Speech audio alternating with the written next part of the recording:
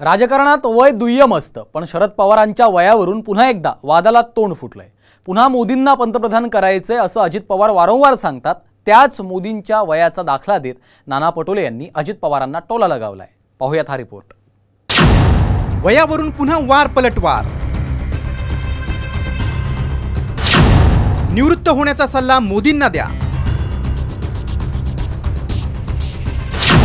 पटोलेंनी अजितदादांना डिवचलं।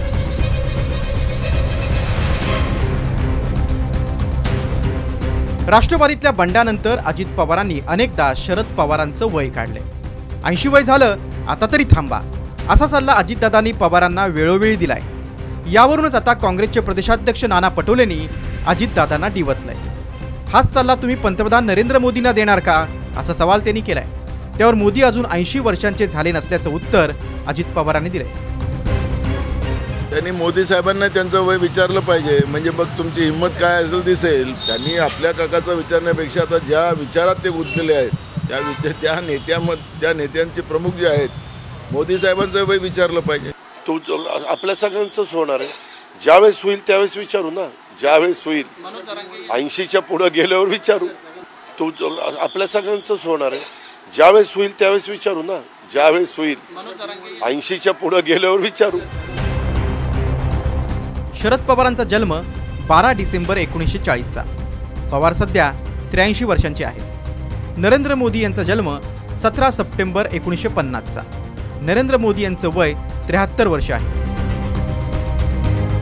भाजपमध्ये 75 वर्षांनंतर मार्गदर्शक मंडळात रवानगी केली जाते। आणखी 2 वर्षांनी मोदी 75 वर्षांचे होतील।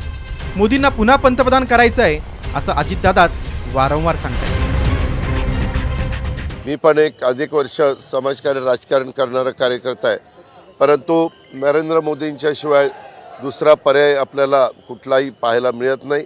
आज त्यांच्या नेतृत्वाखाली जागतिक स्तरावर आपल्या देशाची शान वाढते, मान वाढतोय, देशाचा नावलौकिक वाढतोय।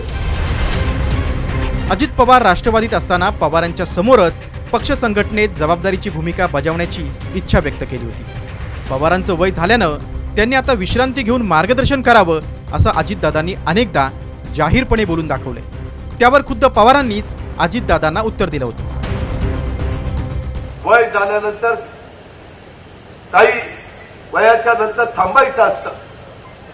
हा वर्षानुवर्ष चालत आलेली ती परंपरा आहे, परंतु काही जण ऐकायला तयार नाही, हट्टीपणा करतात। काही जण 65ला रिटायर होतात, काही जण 70ला रिटायर होतात, काही 75ला रिटायर होतात।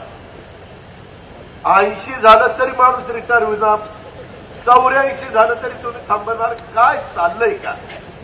अशा प्रकारे वयाचा हिशोब वगैरे काढलं हे त्यांना योग्य वाटत असेल तर ते करू शकतात।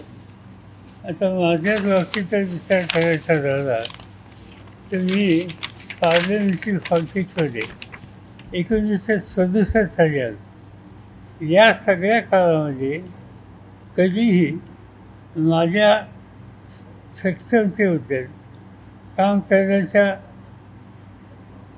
पद्धतीबद्दल कधी विरोधकांनी सुद्धा फार विषय त्यांनी काढले नाही।